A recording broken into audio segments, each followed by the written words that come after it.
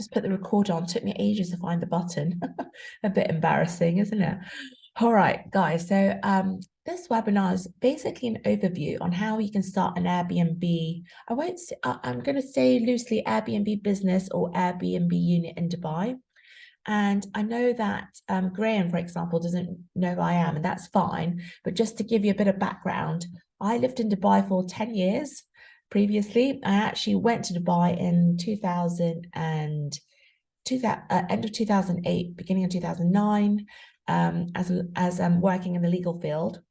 And I went when there was a massive crash. So I saw like loads of people being laid off. And I remember when I was driving in Dubai down this road called the Sheikh Zayed Road. It's the main road in Dubai. And there were literally like no cars around and plenty of construction going on. So it was a little bit of a weird time.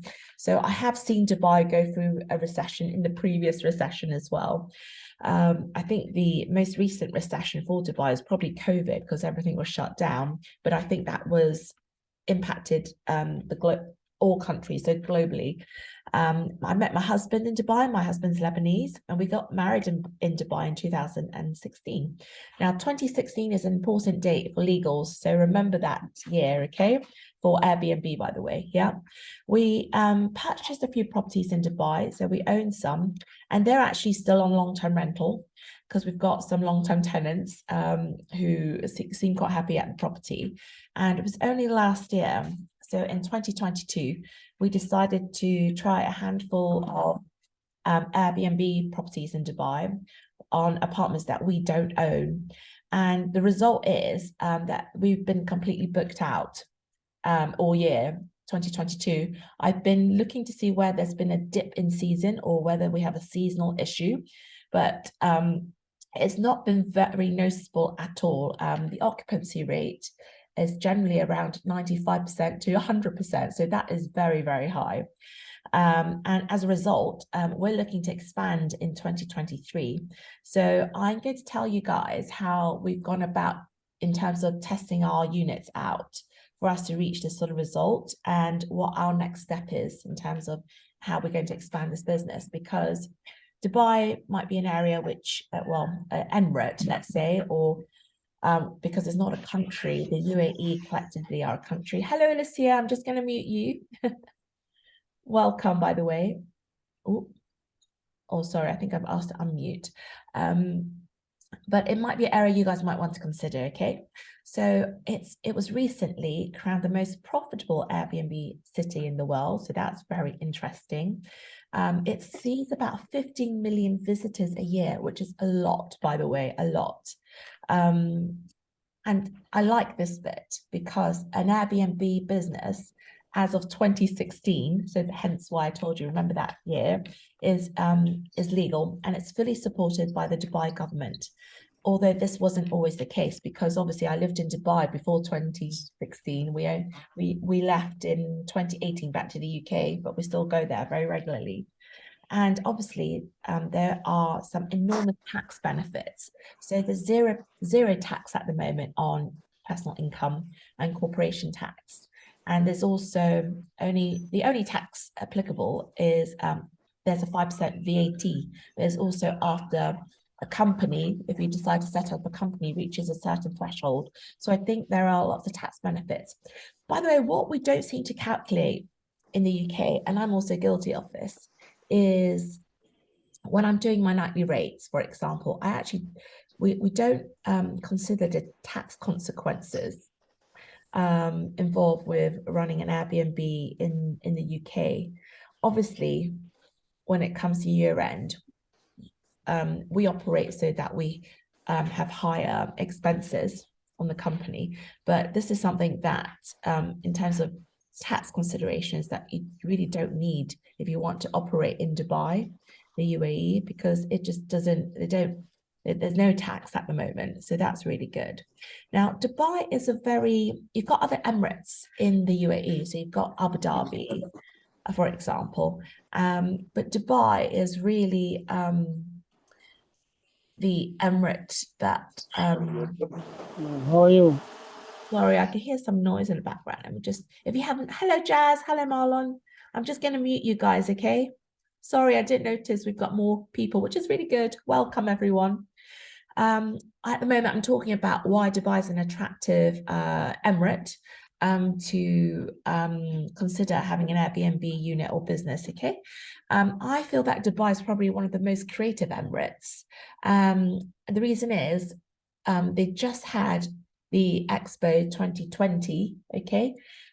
Although that was supposed to be in 2020, it wasn't actually because of COVID, but it actually brought in over 20 million visitors.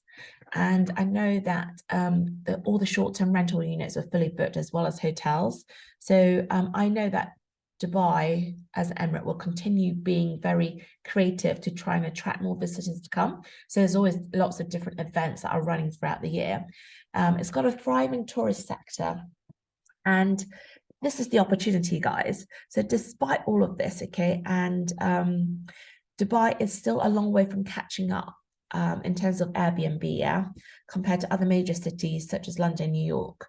Like statistically, and I think maybe this has gone up only by a little, there was only 2% in terms of Airbnbs in 2019 in Dubai, which is very low compared to the rest of the other sort of rental strategies, mainly long-term residential, yeah?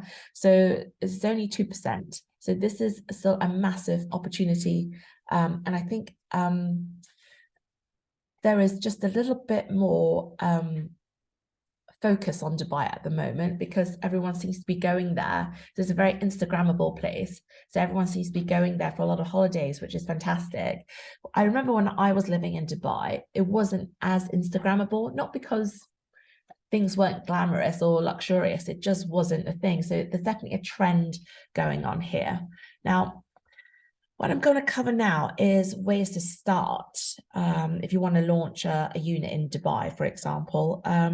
It's a little bit tricky out there, okay? So I will go through some general legal things. And if you want to ask me some more questions, please make sure you put it in the chat because you might have some more specific questions. But in order to be able to, let's say, there's two strategies really. One is if you're a landlord, okay, and I'll deal with that a bit later. But the other one is rental arbitrage, as they know it in the USA, or rent to service accommodation, as we know it in the UK. So this is basically running a property on short-term rental that you don't own, okay? So one of the main question is, how are you going to be able to host the tenancy, okay? So in order to, and what I mean by hosting a tenancy is who's going to enter into this tenancy contract, the landlord, okay? And there's two ways to do it. One is you as an individual, and one is a company enters into the tenancy. So your company, let's say, with the landlord. Now, for most of you, the company setup might be something that you want to consider further down the line, like we are now for 2023. And the reason is you might want to get to grips with Dubai as, see how it goes in Dubai first before you decide to launch a company, because it's much more expensive. And I would say because of the expense involved, it's much riskier. So what I recommend you guys actually do, unless you've got your heart set on setting a company up straight away, is there's something that you can get. It's called a freelance visa. Now, with this freelance visa, this actually didn't exist pre-COVID.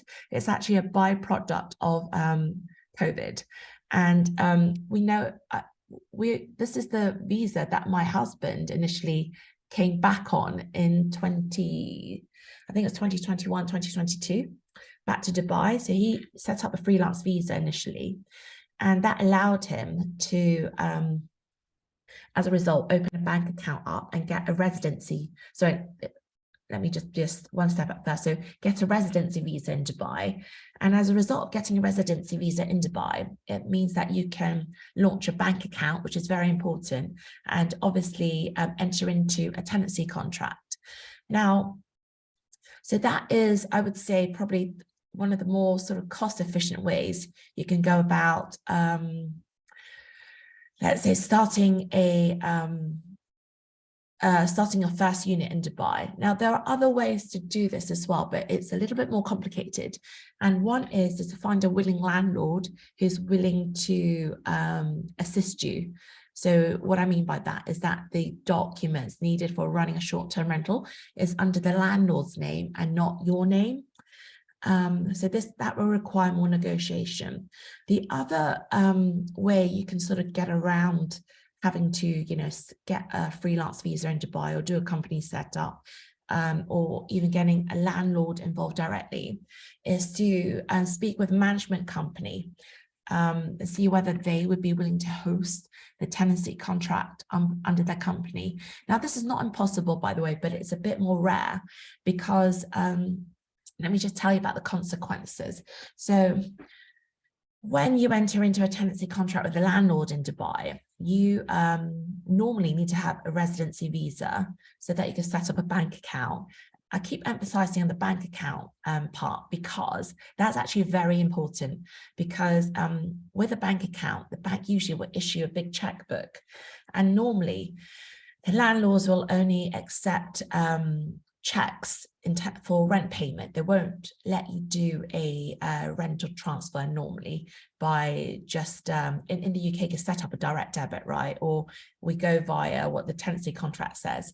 In Dubai, the check actually carries quite a lot of weight because so usually in Dubai, your rent payments might be from one check, which is payment up front, all the way to 12 checks a year. And depending on how many checks you give, you can negotiate the rent. So if you decide to pay your rent up front in one check, and what happens is that you issue the landlord with a check, they will go and cash it in. You most likely will be able to negotiate a bigger discount on your rent for the year. So it kind of works like that. And if I'm not being clear, let me know.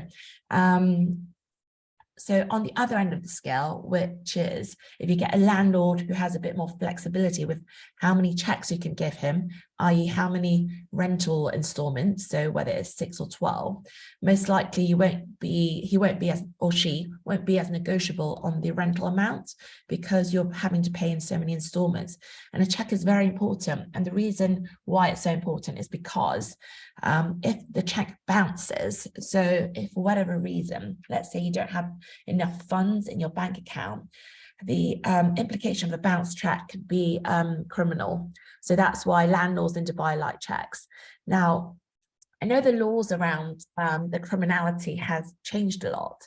So, so previously, what used to happen is if it's a bounce checks case, let's say a landlord can file a case against you at the police station, and that means that there would then be it would then turn into a criminal case. But I think now the law has changed so that it's not so severe, the consequences, so that maybe you only pay a fine. But of course, you don't want to get yourself into muddy waters, okay? So once the tenancy contract has been granted, it's called an Ajari tenancy contract, and the checks have been issued. The next step is the landlord needs to give you a letter of no objection for you to run the property as a short-term rental. And usually you would talk to the landlord about this, or the agent would in the outset anyway, to make sure that they're on board. And then the next step is to apply for a license from the Department of Tourism and Commerce for a holiday home license. Now, so there are some legal steps required, but to be honest, we've been through it all. It's not so complicated when you've done a few, but it's just new information. Now, I'm just going to ask you guys, so you can come back on if you want to unmute yourself, to see whether you've got any questions so far concerning this part. I've got a question. Is that Graham? No, it's Omar. Oh, hello, Omar. Sorry. That's all right. I was going to ask, for the holiday home license, how long does it usually take? So not long at all, like within a couple of days. Okay. Yeah. However, if you are looking to set up a company, the process is more difficult. But can you drop me in the chat box if anyone is actually looking to set up a company? Because that's a sort of like a different kettle of fish. If nobody is, and I'm not going to go into it in so much detail, we just focus on the other routes to get, to get a unit in Dubai. Yeah. So let me know in the chat box. You can just start without a company, and then later on you can just set up the company.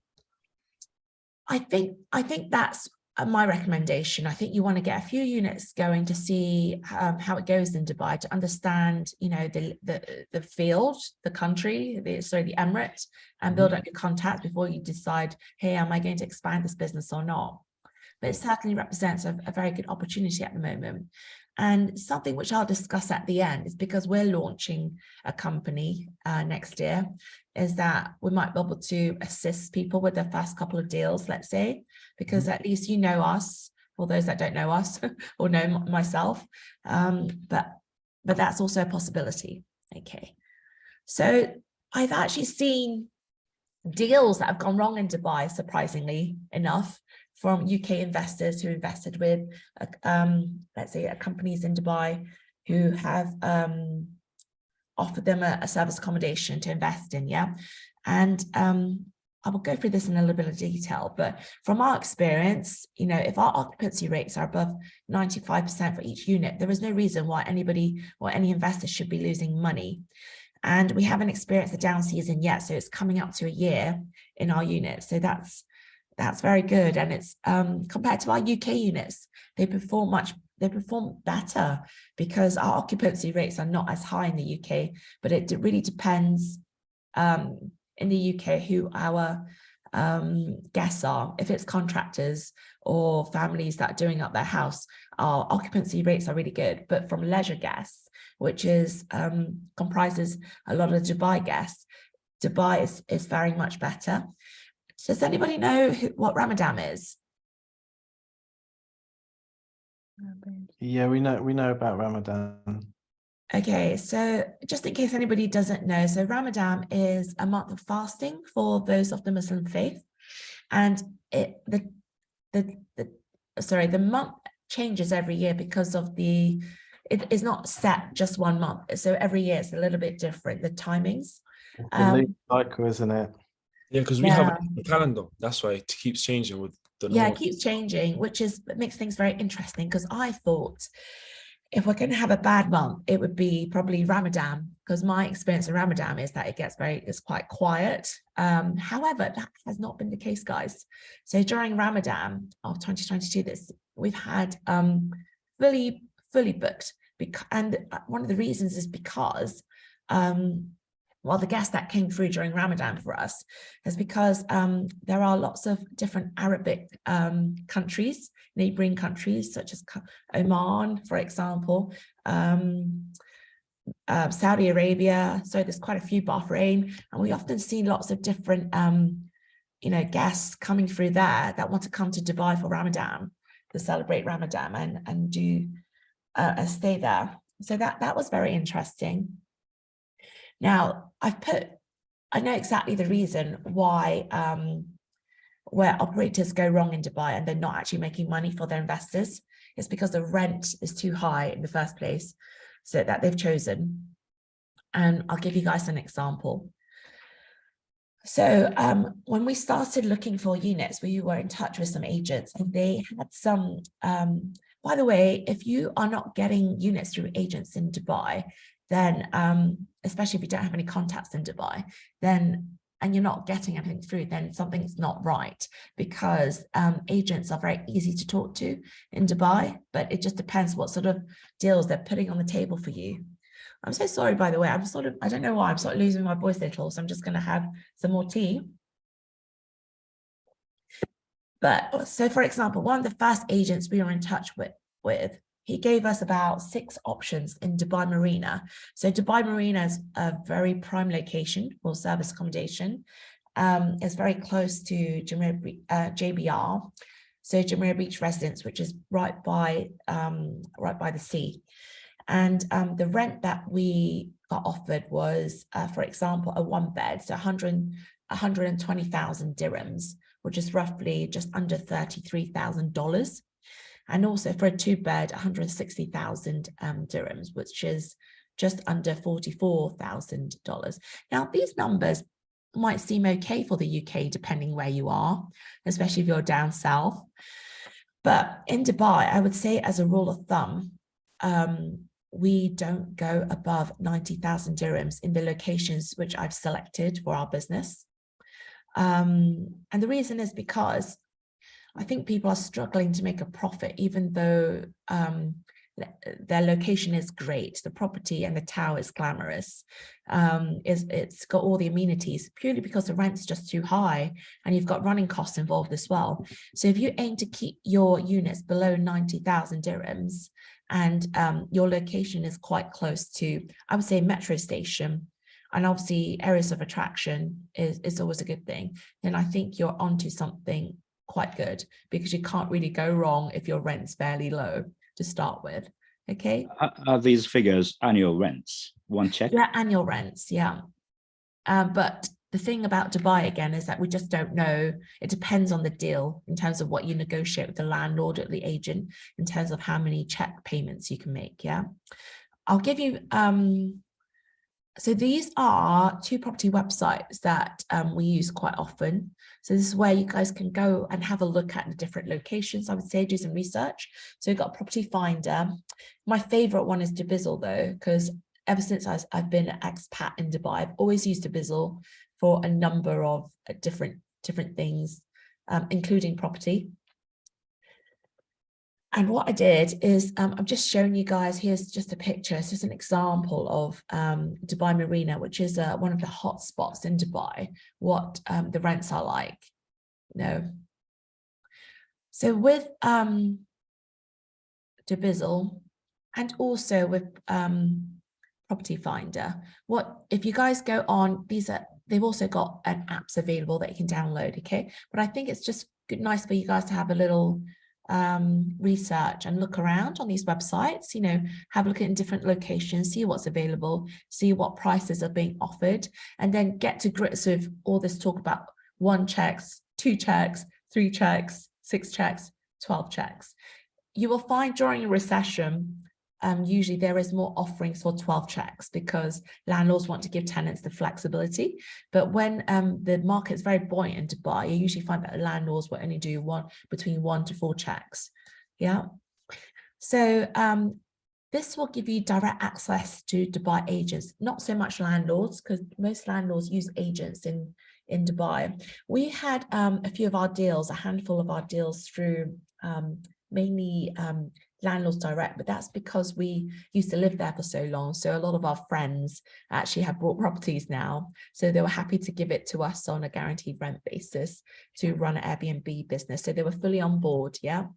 But these websites can give you direct access to Dubai agents.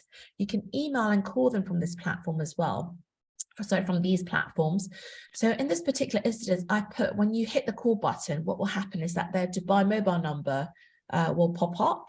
There will be a few instances where you will get landlines, but most agents operate through mobile numbers. And this is very important because this is a little trick, yeah, that I'm sharing with you guys, because instead of calling them, you can WhatsApp them once you get their numbers. Yeah, so that's a little trick for you. And to be honest, a lot of business in Dubai is done over WhatsApp as opposed to email, to be honest, unless things become more formal. So obviously, when you are in final stages of negotiating your tenancy contract with the agent, etc., everything needs to be documented properly via email. But otherwise, if you want to tell them about your scenario, arrange some sort of call with them, the best way to contact agents is via these websites, but through their WhatsApp, which you'll get through the call button. Yeah. So that's giving a little bit of secrets away. Okay, so I'm going to tell you guys about, I'm going to give 2 case studies at the moment about 2 of our properties in Dubai. Now, these have been direct to landlords through friends of ours. There's one downside, by the way, which I should let you guys know in terms of how it's different from the UK. So in Dubai, it's actually very hard to negotiate a 3-year guaranteed rent with the landlord. The reason for that is because the the rental market in Dubai fluctuates much more in the UK. So it could be the next year up, the landlord wants a bit more rent because the market's very strong, or it could be because the market's dropped. The landlord is willing to accept less rent, but you might find it quite hard to secure a 3-year guaranteed rent because Dubai landlords are quite sharp and they want to maximize as much as possible on their rental income per year. Okay. So with this particular 1-bed, so the locations I've gone for are not necessarily the prime locations, but locations sort of tucked away that are really close to the prime locations, okay? So with this particular 1-bed, we negotiated a very nice rental deal, which is 60,000 dirhams per a year for this 1-bed in one check. So we got a bit of a discount because it was one check. There's a tenancy deposit, which is 3,000 dirhams. Now, there's something called DEWA. So DEWA basically is the electricity and the water supplier. There's only one in Dubai, they're called DEWA. So they usually take a deposit of 2,000 dirhams as well. It basically runs the TV and internet, and they take a small deposit of 200 dirhams. Now, with this particular building, we didn't actually have any AC cooling fees. And this differs from building to building or developer to developer. The reason for that is because I think in this scenario, the landlord pays for the AC fees as part of the service charges. So he's sort of had to put that in the rent somehow. So for this particular building, we don't pay for the AC. The furniture and the startup costs, including linen, etc., is about 30,000 dirhams for this property. And our nightly rates, we charge between 400 to 650 dirhams. Occupancy rate on average 95% or higher, I would say. And our profit margin, so after deduction of rent or all running costs, bearing in mind there's no tax as well, our profit margin is roughly between 5,000 to 6,000 dirhams a month. I've put the dollars equivalent down for that, what that equates to. So that's not bad at all, as considering that, considering that there's, I think, to be honest, I think the no tax element is really one of the most attractive things here, because if you had that in the UK, obviously you've got tax to pay on top of that as well, okay? Now, case study number 2. Sorry, I've only given some of the outside pictures here. So this one was a slightly different scenario. This also belonged to a friend of ours, this property. So it was a 1-bed apartment in one of these buildings, as you can see. And the rent was 90,000 dirhams a year. Now, the spec of this building is higher than case study 1. So our rent was higher. In this scenario, there was no deposit. Again, you've got all the utility deposits, and there were, again, no AC fees to pay. Sorry, for this one, sorry, I should amend this. The nightly rates are higher. I'm just going to put, sorry about this. The nightly rates are a bit higher. So between 500 to 750 dirhams a night. And again, the occupancy rate's really high. Now, with this particular building, guys, we didn't have any setup costs because there was already furniture in the property. And what we did was just give it a little tweak because to make it look a bit nicer. So that was reflected in our rental amount, which was paid in 3 installments, so 3 checks, yeah. Our profit margin for this particular property per month is between 7,000 to 8,000 dirhams.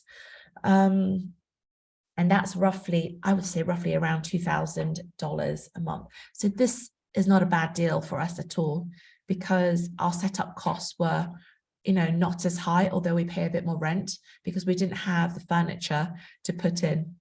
Okay. Do I have any questions by the way at this point from anybody? Yes, if I may. Yeah, go ahead, Kenji. So you're doing this remotely from the UK, and Yes. you can find the potential properties, but how do you convince estate agents, and how do you remote review properties and staging properties? Oh, that's a very good question. So with the agents in Dubai, by the way, they are very motivated by money. So you can just have a very upfront conversation with them that you are looking for a property that you can rent out on a short-term rental basis, and do they have anything available? The agents normally get a 5% commission for every deal. They get that from the tenant, by the way. So every deal that goes through, they'll get a 5% commission based off the rental amount. So that is their sort of reward. So that, you know, as long as, so that the commission is something that they really fight for. So I think it could be very upfront with agents, because you can't be, because the fact that you're in England, you know, I think WhatsApp and getting a call in with them is the closest you're going to get to them, right? But the good thing about the agents is that they're very commercially minded. So they are thinking, you know, you let them know that it's not just, if this goes well, I'm going to be looking for more properties from you. So to encourage them that, you know, they're going to be helping you look for the other properties. Now, in terms of viewings and so forth, so we are in and out of Dubai every couple of months. It's been my husband mostly for last year, and because I've got I had kid in a baby in Jan, so we've just been doing everything remotely. We actually, because of our property business, so we used to do not service accommodation as much, but we used to do rent to rent for sharer properties instead. So we still actually have our team on the ground because of the properties we own. And so they still run around and do things for us. So that's how we're able to run things from here, because we've got a team on the ground, which, you know, I'm happy to share with you guys as well if you need some help, especially with viewing properties. And that's, but the questions you've asked is very important.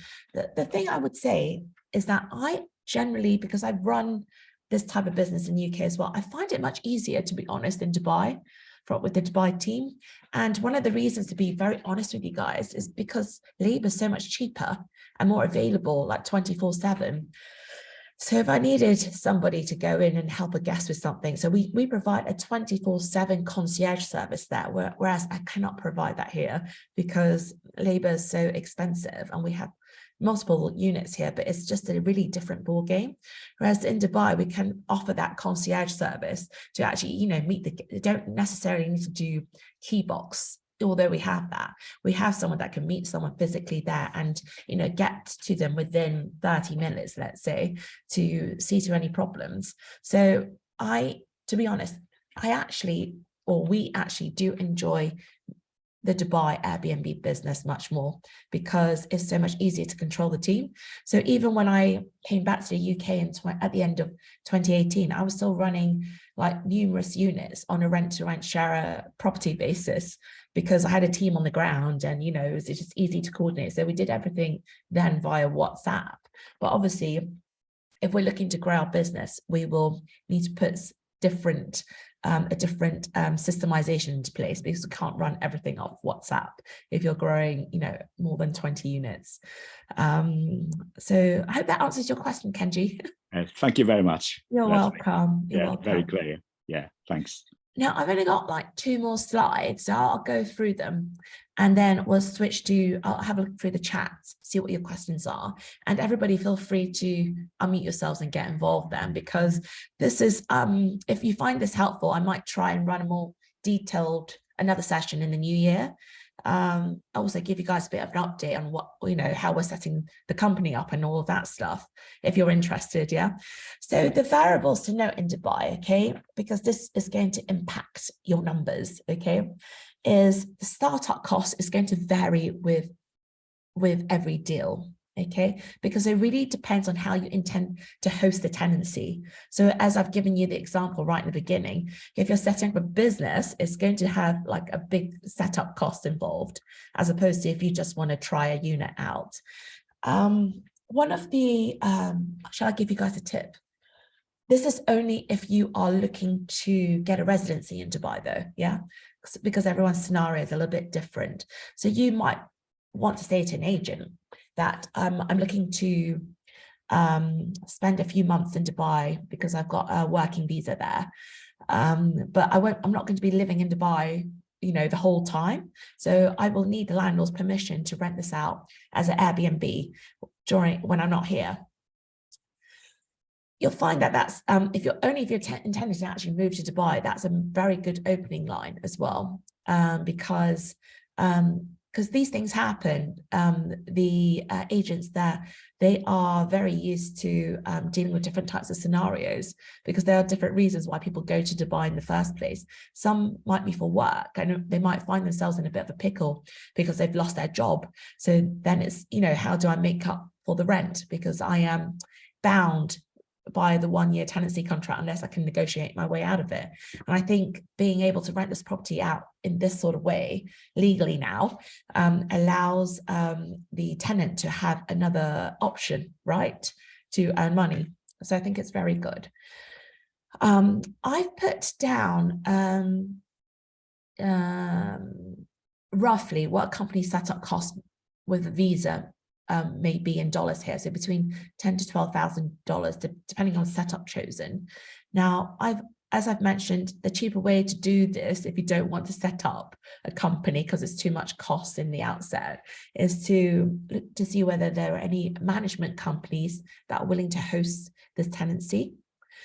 But this might be a little bit difficult if you don't already have a track record of some sort in the UAE, because how are they to trust you, right? That you've got some funds to make sure the rent's paid on time, and then the management companies to put all these rents in their name. So I think this might be a little bit harder. However, if we can help here, that would let me know, because as I said, we are due to do a company setup next year in Dubai for short-term rentals. So this is something we would be happy to consider, but based on your profile, but we don't know you already. If we know you, then obviously it's much easier. Yeah. Okay, another variable to consider is the rent and how many checks the rent's going to be paid in, because this is going to impact your cash flow. So for example, in our instance where we paid rent in one check, we negotiated a nice discount. And we already had those funds aside to do this particular deal because it was a good one. By the way, 60,000 dirhams in Dubai for prime location is probably a little bit harder to get this kind of deal now, unless you've got a way in terms of an agent who can find these deals for you. But so if I was you, if you find anything below 90,000, it's probably worth looking at, yeah? Because I know the rental prices in Dubai have gone up as well. So excluding the above variables, I would also factor generally, around a 50,000 dirhams. So roughly a bit over $13,000 for a startup cost as a rule of thumb, if you're looking to do the rental arbitrage model, because that should take into consideration your furniture costs and any other deposits and stuff you need to put down, including any agency fees. Now, just out of curiosity, is anybody a landlord in Dubai? Because obviously if you're a landlord in Dubai, these things don't really impact you.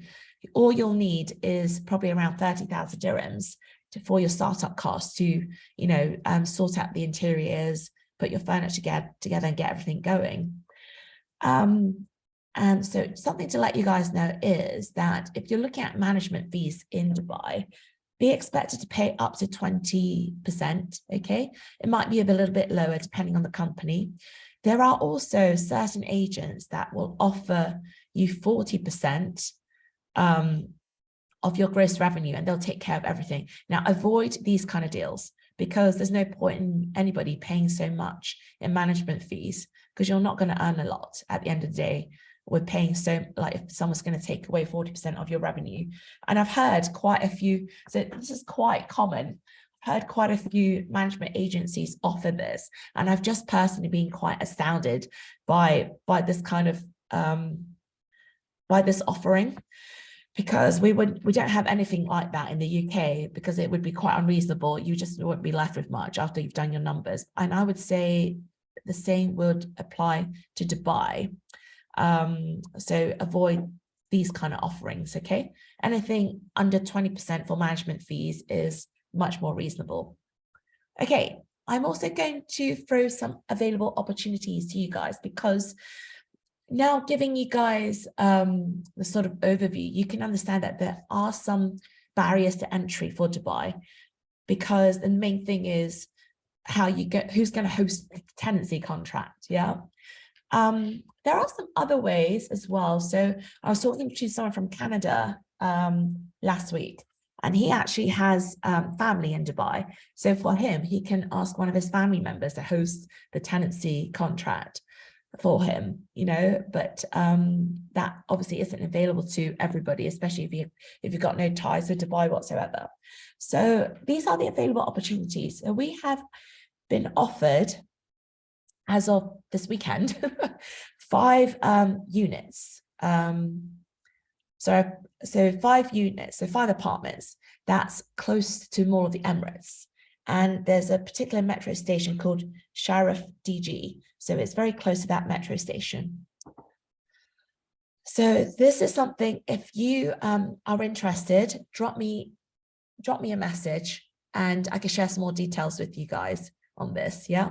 There are studios and 1-beds available as part of this 5 apartments. So this was very interesting, I thought, because also this is, by the way, guys, so this deal was presented to us by an agent, so not a direct landlord one, but it just shows you what an agent can give you once you have that conversation with them, what options they can throw at you. As we're going to be setting more units up for next year, we might consider selling one of our existing units to give one of you guys a I suppose a leg up, if that makes sense, because there's already established bookings for 2023, and when you've got a history of how the unit has run for about a year, so is a pretty safe one. And also, if you want to set up your own Airbnb business, or you need a bit more support, let's say on the getting a residency side of things, so you can get a tenancy contract, so you can get a visa, which will allow you to get a tenancy contract, get in touch with us, because we can provide that support as well and give you some options. And lastly is, today's just been not even a 1-hour session yet, but just a very quick overview. So if you're serious about setting shop in Dubai, what I'm going to do is I'm going to be launching an online course for next year. At the moment, I'm still producing the videos, and it will go into, you know, everything in so much more detail. So that's just, it will be there. And if you're interested in that, the launch for that will probably be in January. So we're not too far off, it's only next month, but it just means that I need to do a bit more work on my end to make sure you've got all the information. So if that's something you want access to because you're thinking about setting up in Dubai, get in touch as well. So I think we've got a few things that I think that I'm able to offer you guys, just to maybe make that journey a little bit easier and smoother, because something you've got to be really careful of in Dubai is that, because it's a melting pot of people from different cultures. So, and there's also a lot of fraudulent activities that go on in Dubai. I personally, when I first started buying property, got scammed in Dubai, even though I'm a lawyer there and I was living there for so many years. And this is for you guys that don't know me, so you might not know my whole story, but you know, that taught me so many lessons. And Dubai is an area that I'm very comfortable operating in, because we have invested there, had some oopsies like being scammed, but I didn't lose all the money. I lost 10% of it. We managed to get it back, but that was after a lot of, another story for another day if you don't know the story. And I guess I will go to questions now. I think I've covered everything that I wanted to for this session. So let me just have a quick look at the chat box. I'll do the stop sharing one. And I'm also grateful that I've still got a bit of voice left. Okay, so I'm going to read through info about visas required in Dubai. Omar, I think I've touched base on this. I think a good one to start off with is probably the freelance visa, because it's a fraction of the cost for starting a business visa up. Yeah. Where are your units based in Dubai?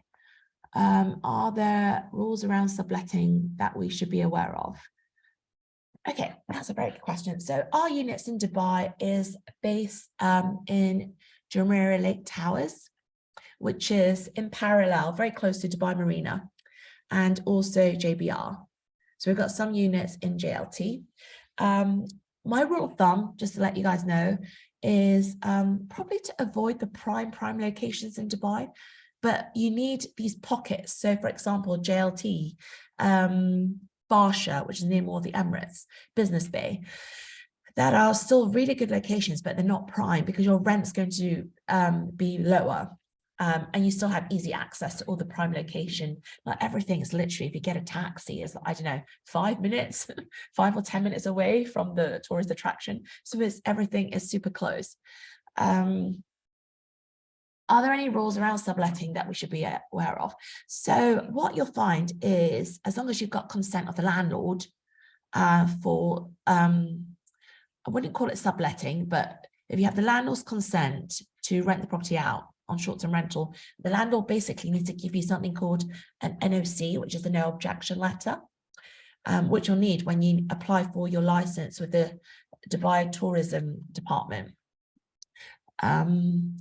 And then about certain blocks. So just to let you guys know, because Airbnb in Dubai, in terms of the licenses, was not you know, commenced in 2016, and prior to that, developers, so they manage all these different towers and blocks in Dubai, they had a real problem with subletting. Okay.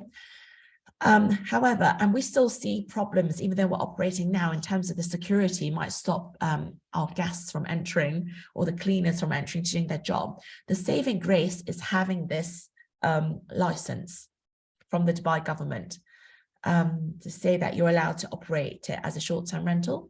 So you still have these problems because of habit and history, because previously they, you know, short-term rentals was not legal in Dubai. And the developers especially had a real problem with short-term rentals. And I remember a particular developer, a very famous one, and a one that I like, called Emaar. So Emaar previously issued notices around that, you know, you wouldn't be allowed to come into the building if you're going to operate your rental unit like that. They only recognize long-term residential tenancies, but the ball game is a bit different now, but there will still be some problems there. So the license from the Dubai Tourist Department is very important. Yeah. So Graham's asking, are you talking about actual checks as in the old school things? Yes, I am. Yes, I am. So checks. I am, but happy to learn about the Dubai side and starting a business. Already have accountants in Dubai. So we are Gucci, maybe good to go. So that's good. That's good. Graham asking lots of questions. My understanding is you need to pay tax if you're servicing Dubai from a Dubai company to be tax-free and free zone. It needs to be a Dubai company servicing a non-Dubai invoicing UK, e.g. invoicing UK company. Have I been advised correctly?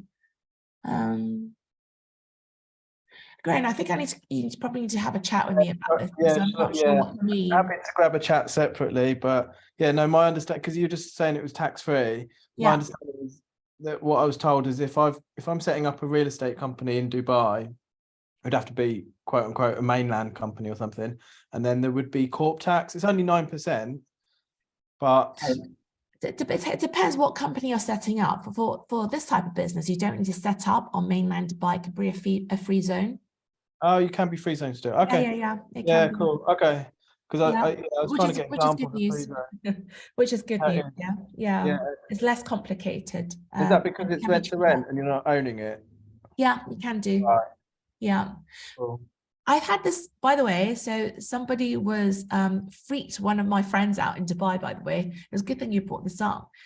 She went to have a chat with somebody about setting up a short-term rental business, but they really freaked her out because they went through a whole spiel of how it needs to be a proper management company, which is not true, by the way, in Dubai.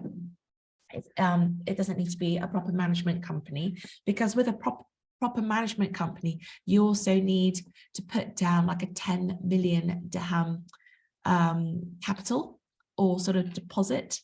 And that would be very unaffordable for anybody who wants to set up this kind of business. But that's not the correct type of company to set up. So maybe, Graham, I'm just thinking maybe there might be some confusion there. But happy to have a chat about this like outside if you need some more details. Okay, also there is tax in wanting to bring the profits back into the UK.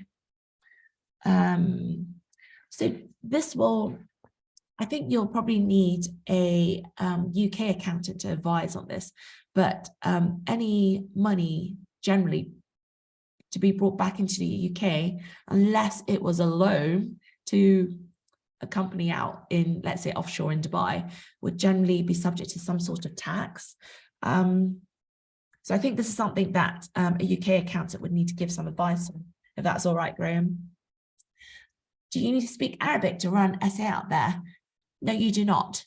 So that's good news. Okay, I've got some private messages, but I think it's okay to read it out. So I've got asked, have you thoughts of buying an SA? What are your thoughts on that?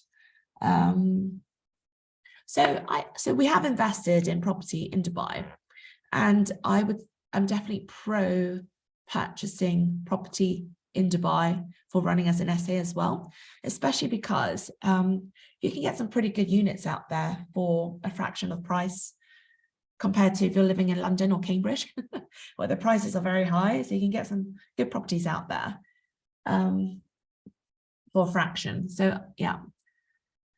So Jazz, yeah, we do have a running team out there. So drop me a message. Okay, and I've got some people who have want some more details on some of our other units, so the 5 apartments. And I'm not sure what the 100% in is, Jakob. So yeah, you might need to elaborate on that. I think that's it. Have I answered generally everyone's questions? Feel free to unmute yourselves and get involved with the conversation, because it's probably not going to be often you're going to speak to somebody with experience in Dubai.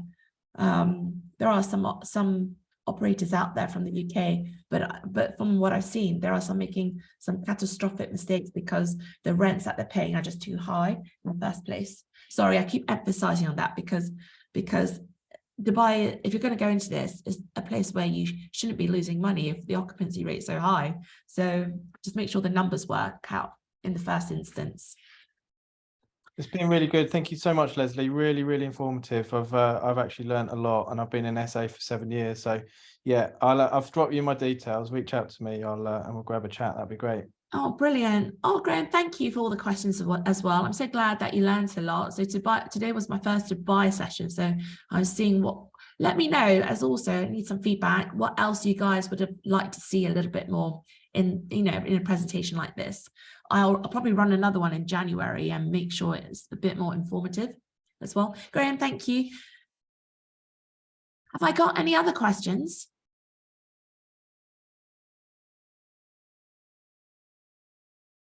Nope, is that it? So brilliant. So I guess my question is, out of everybody who's attended today or tonight, who's going to invest in Dubai? Yeah, I'll definitely look into it in the future. I want to get my your UK stuff sorted first. Yeah, you want to get my UK stuff sorted, and that would be something I'll look into. That sounds good. It looks like Graham's probably interested in having a look at Dubai because he likes it. I'll drop you my contact details. Make sure you take a copy before you end the. I will. I've just taken a picture of it. Awesome. Yeah, Graham, most likely we'll drop you a message tomorrow. And yeah, so we get deals because we've got contacts in Dubai for over a long time. It's not been just 1 year. It's been over, I don't know, when did I start? It's since 2008, 2009. So we've still maintained good relationships with landlords and agents and our team there. So just to let you guys know, we have a concierge team on the ground, and we also have a cleaning team.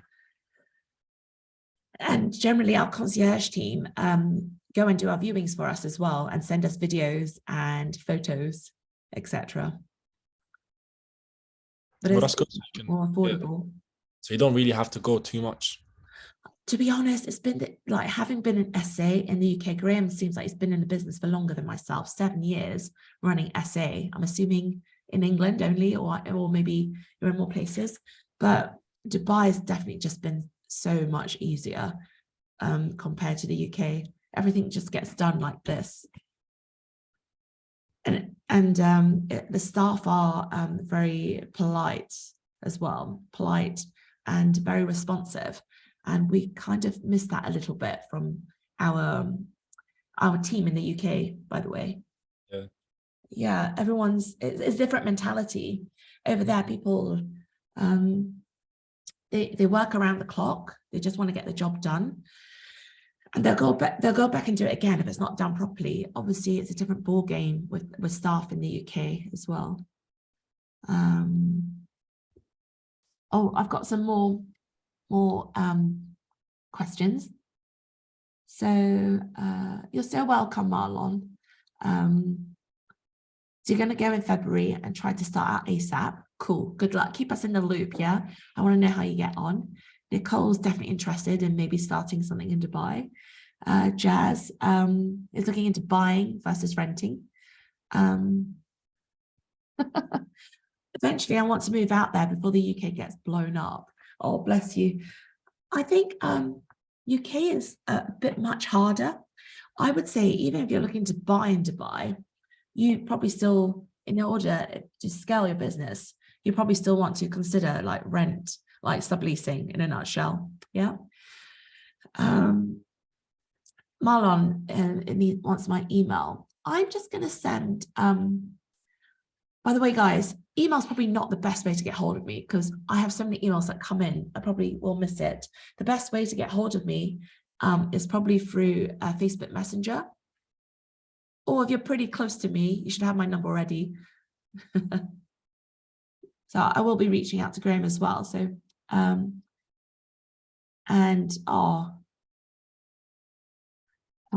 Nicole has said, is rent SA in Dubai completely hands off? So it really depends, Nicole. If you use a management company, for example, if you decide to partner with us, yeah, it would be hands off. You probably just get a report every month to see how it's all gone. I think that's it. Marlon, what I will do is, if you want to message me on Facebook Messenger, we can have a continue a chat from there and see how it goes. Okay, guys, I think I've like pushed my voice. I don't know why it's gone all croaky. I just think that maybe I haven't spoken so much for a while. So I need to get used to this. Maybe I should do this every week to train the voice to be back to normal. But it's not very good though if I'm running webinars and events though to have a big croaky voice. Crikey. So thank you for your time as well. And hopefully see you guys very soon. And I think that's it. All right.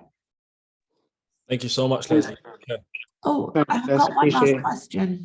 So I've put one last question. I want to answer it.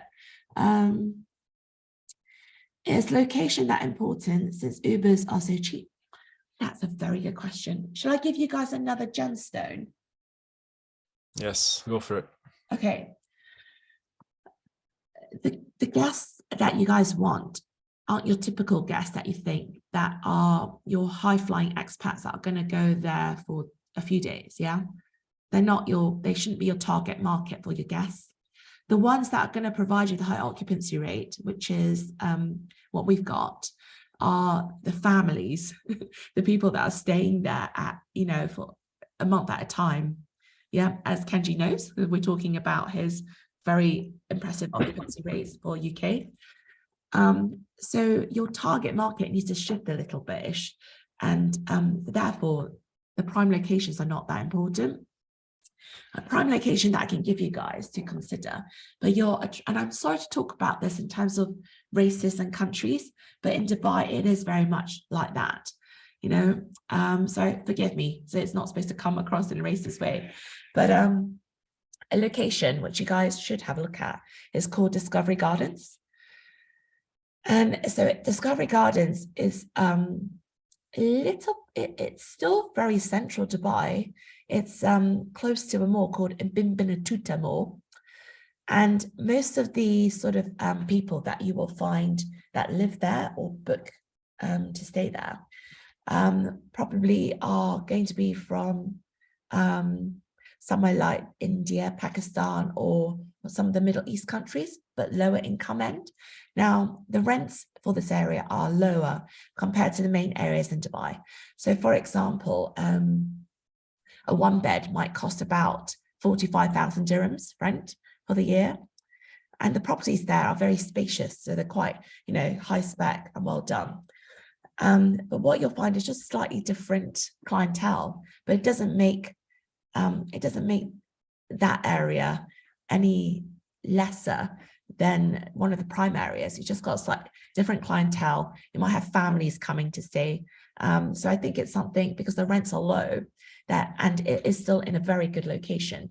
And it's actually got 2 tube stations close by to that location. So it's actually one really worth looking into.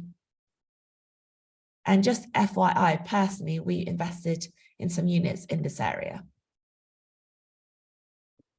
Okay, so I think I've given you guys a few really good tips that you wouldn't know about normally. By the way, just to end this, it's not to say that the prime location, sort of near the Burj Khalifa or the marina, or JBR, those are the sort of prime locations. Not to say they're bad at all. It's just that your rents are so high, and for someone who's been in sort of this sort of rent and property investing business, I think you want to lower your risks as much as possible, especially when you're starting out. Because isn't it nuts if you have such a low rent property, such as in Discovery Gardens, and it's making more profit than, let's say, your unit by the marina? Okay, so those are things I really want to sort of stick with you guys. Okay, I've got to go now. Okay, I'm losing my voice, so love you and leave you. And thank you guys so much for your time. Thank you very much, Lesley. All right. Okay, bye. Happy Christmas, everyone. Merry Christmas. Bye. Bye. Oh, Nicole, just so Nicole's asked how to get hold of me. So just contact me on Facebook Messenger. Yeah. Okay. All right. Bye, everyone.